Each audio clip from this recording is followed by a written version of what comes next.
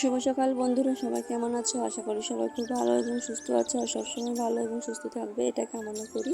তো যারা ফার্স্ট আজকে আমার চ্যানেলে ফার্স্ট ভিজিট করছে তাদের প্রত্যেককে বলবো প্লিজ সাবস্ক্রাইব করে দিও আমার চ্যানেলটা, আর বেল আইকনটি অন করে রেখো যাতে সবার আগে আমার ভিডিও তোমাদের কাছে পৌঁছাতে পারে।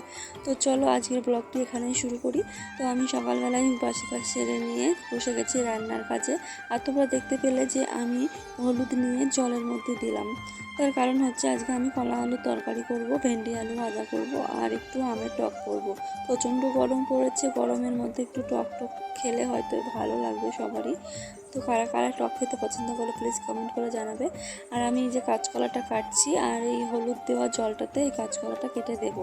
তার কারণ হচ্ছে যদি এমনি জলে দেওয়া হয় তো জলটাতে একটু কালো কালো হয়ে যায়, কলাটাও একটু কালো কালো দেখায়, সেই জন্য হলুদ দিয়ে দিলে সে কালো ভাবটা হয় না।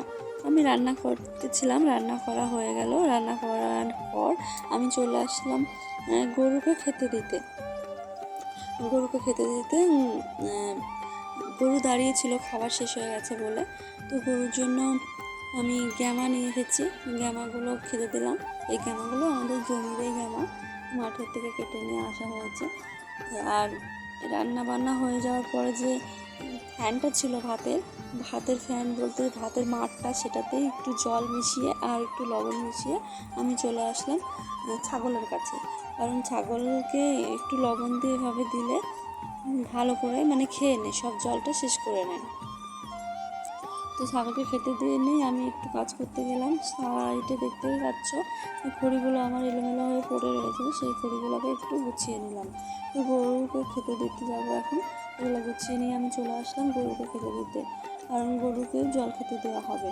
এই যে তোমরা দেখছো গরুর খাবার তৈরি করি প্রত্যেকটা দিন। এটা হচ্ছে ভুট্টা আর গুঁড়ো দিয়ে জাল দেওয়া হয়, তারই মিশ্রণটা একটু জলের সাথে মিশিয়ে গরুকে খেতে দেওয়া হয়। এটা দিলে গরুর দুধটা একটু বাড়ে। আর এমনি শুধু জল দিলে গরু তো এমনি খেতেও চায় না, অল্প খায়, আর এইভাবে দিলে গরু জলটা বেশি খায়। তো এই কাজটা প্রত্যেকটা দিন ভাই করে আর বাবা করে, কারণ বাবা রাত্রে খেতে দেয় জল আর ভাই দিনের বেলাতে জল খেতে দেয় গরুকে। আজকে ভাইও নেই এখন, বাবা তো রাত্রে দেয়, ভাই বাড়িতে নেই, সেই জন্য আমি ভাইয়ের কাজটা করে দিচ্ছি। তো আমি বাঁ হাতে করে বালতিটা বইছি। অনেকে হয়তো ভাববে যে আমি কেন বাঁ হাতে করে নিয়ে যাচ্ছি।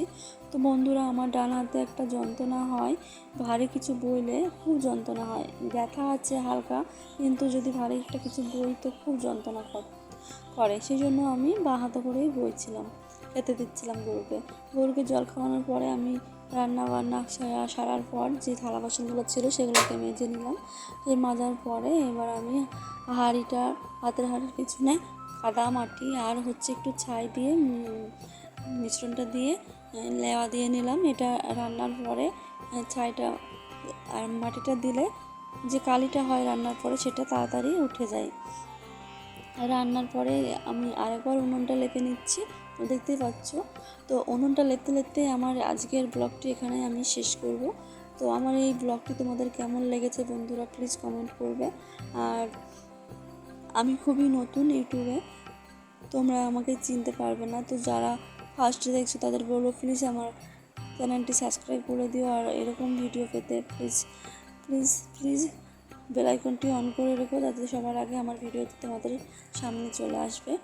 আর ততক্ষণে তোমরা সবাই খুব ভালো থাকবে, সুস্থ থাকবে, আর এভাবেই আমাকে সাপোর্ট করতে থাকবে।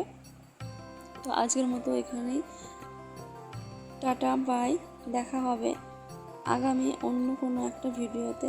ততক্ষণে সবাই তোমরা খুব ভালো থাকবে এবং সুস্থ থাকবে। তো আজকের মতো এখানেই শেষ করছি আমার ব্লগটি।